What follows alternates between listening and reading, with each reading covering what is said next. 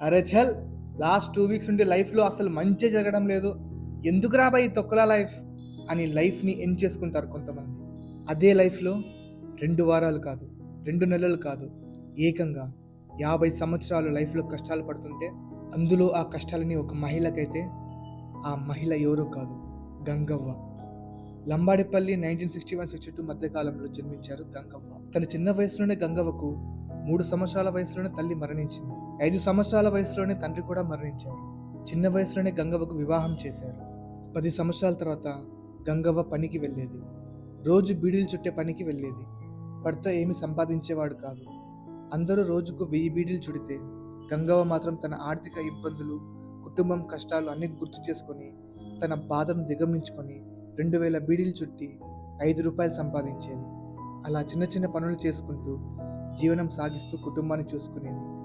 భర్త సంపాదించేదంతా తాగుడికే ఖర్చయ్యేది.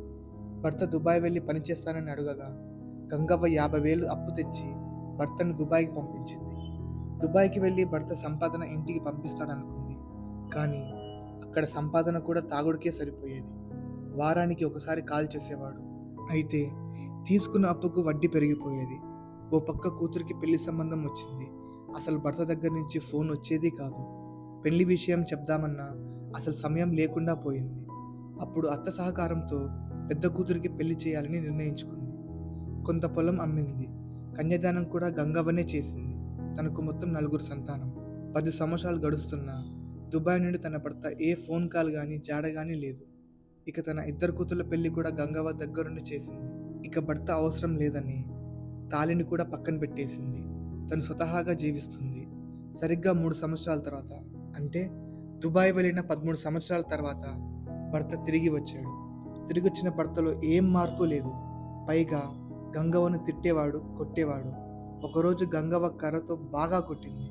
ఇక ఆ తర్వాత గంగవ్వ జోలికి వెళ్ళలేదు. ఇక కొన్నాళ్ళకి అనారోగ్యంతో అత్త చనిపోయింది.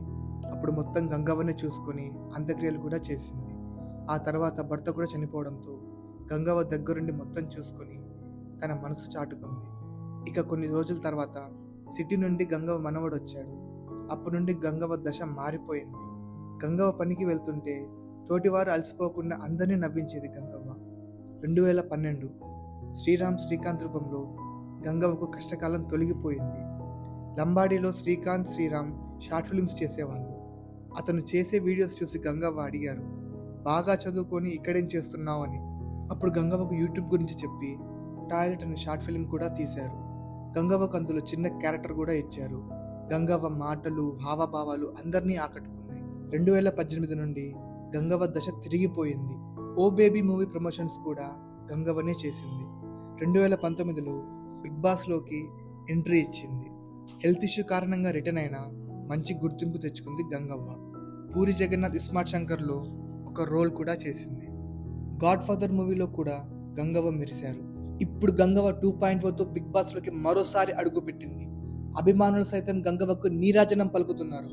గంగవ్వ అంటే ఒక ఆదర్శం, నెవర్ గివ్ అప్ కి పర్ఫెక్ట్ ఎగ్జాంపుల్ అంటూ నెట్టింట్ల అందరూ గంగవ్వకు విషెస్ చెప్తున్నారు.